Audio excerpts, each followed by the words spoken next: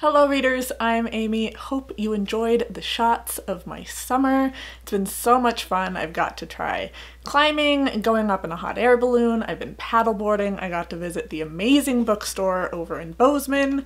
And yeah, so I haven't really filmed this summer. I'm finally in a filming mood, so I'm trying to get a lot of this taken care of. But I thought I would share with you a list of some of my favorite books of the summer. At this point, I don't want to do a wrap up of my whole summer. I read a lot of books, not all of them that I am super interested in talking about. So this is just going to be some of the highlights. And I only own one of the books on this list, but they've been like a mix mostly of Kindle and audiobooks, with the exception of the first book that I'm going to talk about, which I actually picked up at the Country Bookshelf in Bozeman. Shout out to them. They're like one of the most amazing bookshops in the state, at least that I've been able to visit.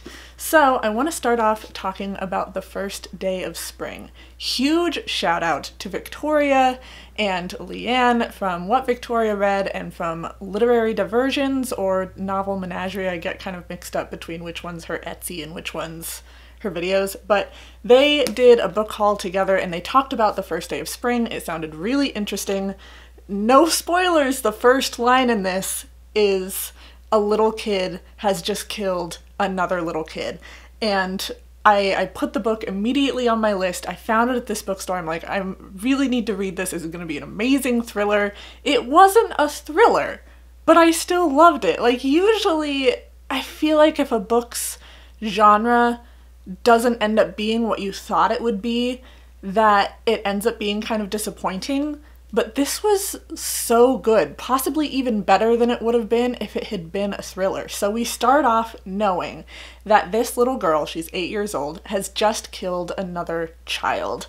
And you're thinking like, whoa, is this gonna be like, not necessarily a murder mystery, but a murder story, like a murder thriller thing?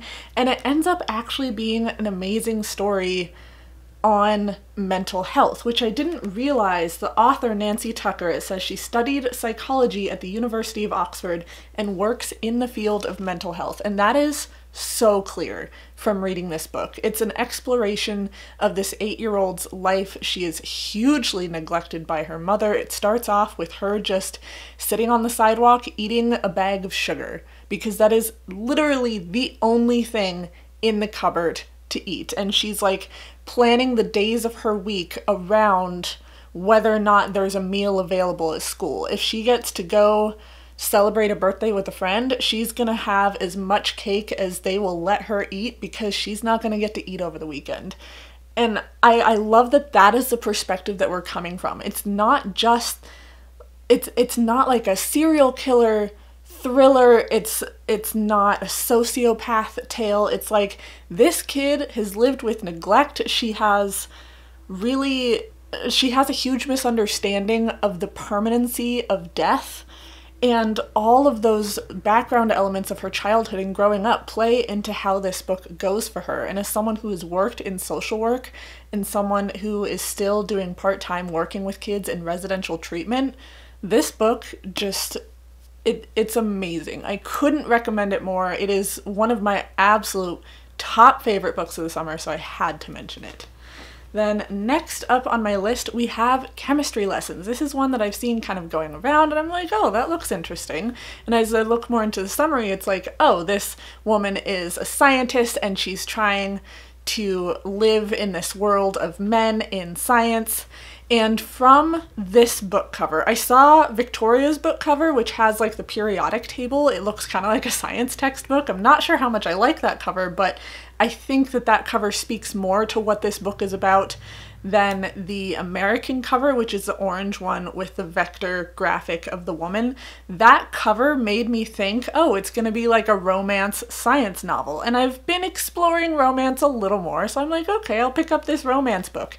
Again, it was this thing where I pick up this book and it's not the genre that I thought it was, but I loved it more for it. So rather than being a romance, this book certainly explores romance. It talks about the love between two of our scientist main characters, but it's also this exploration of women in science. It's a lengthy exploration of like feminism in the 60s, women in the 60s, a woman working in a man's world.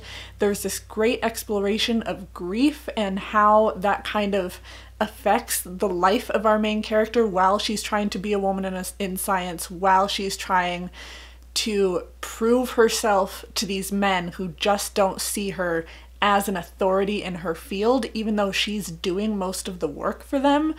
And it was so much more multifaceted than I expected. And also, I don't typically have a ton of favorite characters necessarily. I don't connect to characters in the way that like a lot of anime fans do, where they're like, oh, this character's so cute, oh, this character's so deep. Like, I mean, I can recognize when a character has depth, but I don't necessarily fall in love with characters in the way that a lot of other people do. I don't always like ship characters.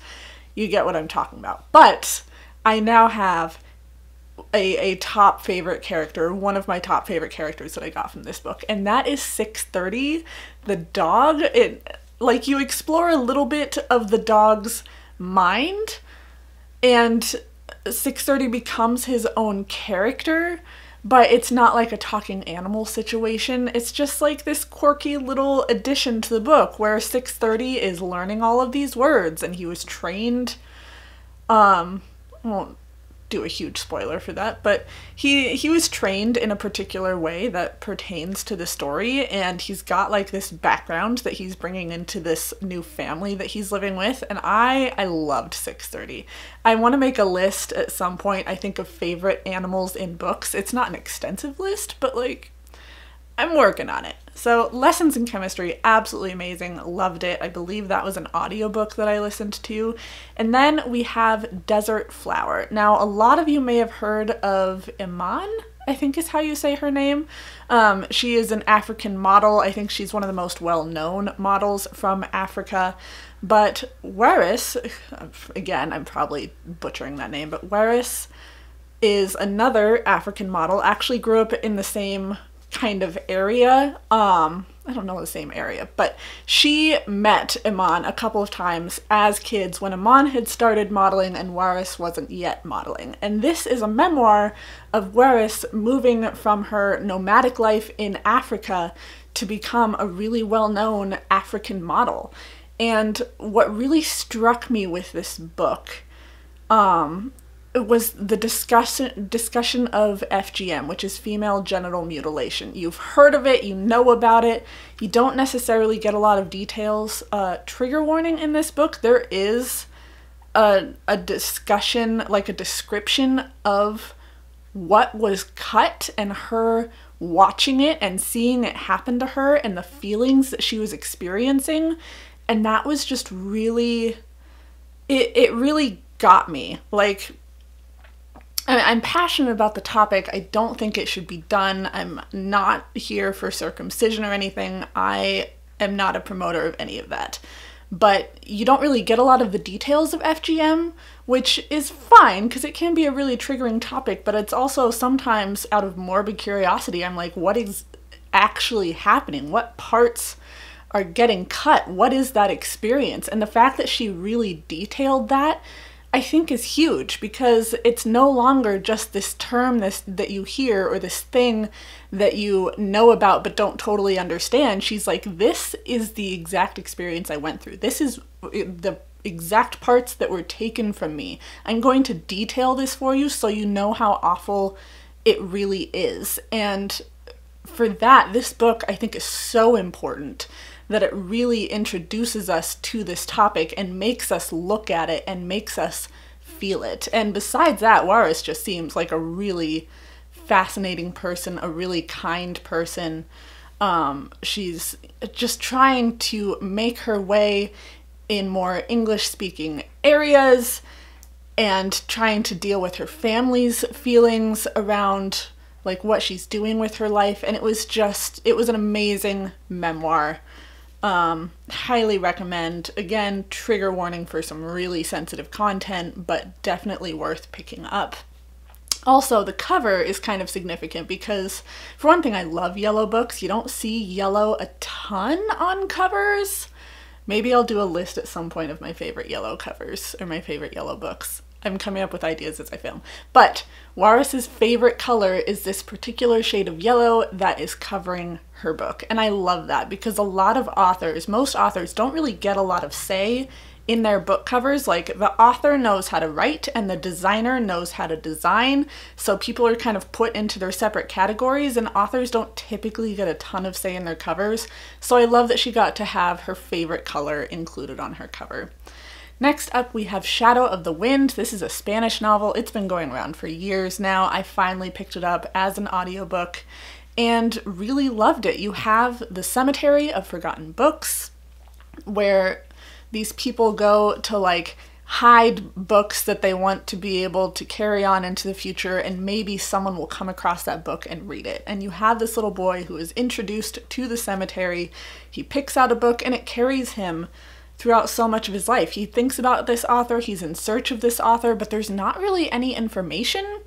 And someone is going around trying to find this author's books, all of the copies ever printed of this author's books, and destroy them.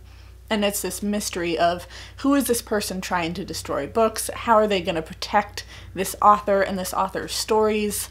And just talking generally about the secrecy of the library and kind of the politics that went into it, how there's all of these people who have these different ideas of what should and should not be written and be out there in the world. And especially in a time right now where we're again experiencing this huge influx of book bans and it's awful, I think that this is a really great book to pick up.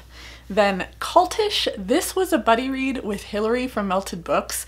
We read half of it together and then she went on vacation, and so I reread the first half because I loved it so much. And then she came back from vacation and we finished the second half. So if I reread the second half, I will have read this book twice in one summer. Honestly, I might do this because this book was amazing. Excellent nonfiction. I think it was really accessible in its writing style, which is huge for me because a lot of nonfiction is really dry, and I love finding those nonfictions that really stand out in their writing accessibility because I think that'll make nonfiction a lot more enjoyable for a wider set of readers. But Cultish is talking about not just cults throughout history, but things that are cult-ish. So you have a discussion of MLMs, you have a discussion of CrossFit, and she's like, these aren't necessarily cults, but here's some aspects of these groups that make them cult-ish. So CrossFit, for example, has their own language. They have their own word for a gym. They have their own like accounts where these people who do CrossFit get together and they talk to each other about their workouts. And she uses all these aspects of cults and of cult-like groups to bring to the forefront how to find a cult or how to distinguish a cult. So you have language is the huge thing. I mean, the subtitle for this is the language of fanaticism. So you have particular language that is used within the cult to describe things, and you're in on that language, and then you start getting a nickname for each other. And for example, I'll use Harry Potter as an example because I think that's a really great way to describe this. You have muggles who are non-magical people specifically, and that's the same thing I'm talking about here, where you start to have language not only for the things within your group and nicknames for each other, but you have particular words that you use for outsiders of the group, which makes you feel more like you're in the group. And it's just this whole psychology of language to bring someone in. And then if they start to feel fearful, if they decide they want to leave, they can't really do that because their lives are so surrounded by this particular social group that they no longer have support systems outside of that group. Sorry, apparently I'm talking too much now. Anyways, Cultish was absolutely amazing. 5 stars. Loved this book. Highly recommend if you're trying to get into nonfiction a little more but are kind of put off by the dryness of a lot of it. Then we have The Henna Artist. This is an Indian fiction. This I did by audiobook, and the summary is really vague. You have this henna artist who is also kind of a consultant for women, and that's all we really know. But you get into the story and we're learning about birth, and we're learning about abortion and the conversation around that, and rich men trying to get rid of mistresses' pregnancies. And then this woman ends up taking care of her sister, like her much younger sister, and the idea of this sister is growing up in this Indian culture, and things are happening with her, like falling in love and chasing after boys. And there was this one part that was just really raw, where you have a person talking to a teenager about sex and love and pregnancy, and how it feels so strong then when you're a teenager and when you're hormonal.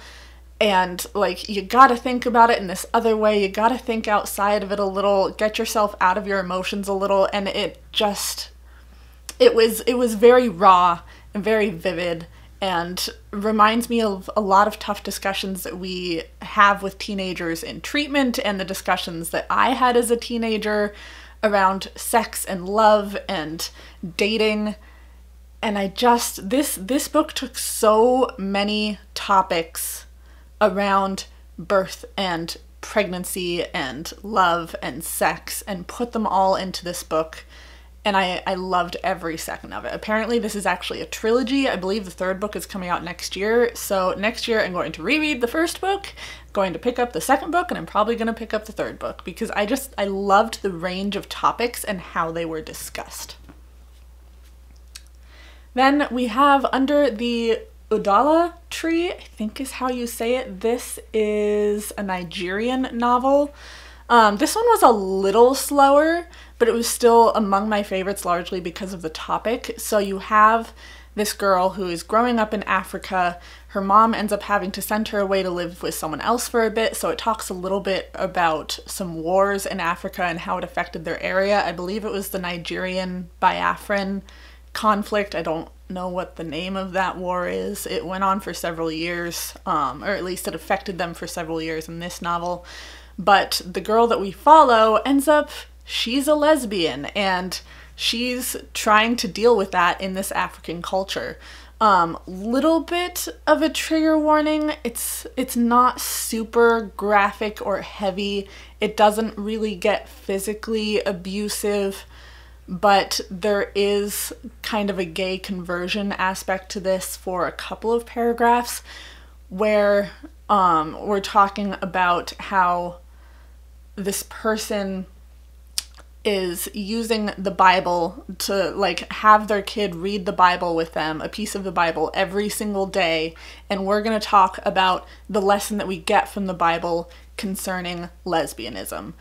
And this girl is like, well, that's not really how I understood that passage. Here's how I read into it. And the parents just like, no, that's wrong. You shouldn't be a lesbian. It's bad for you.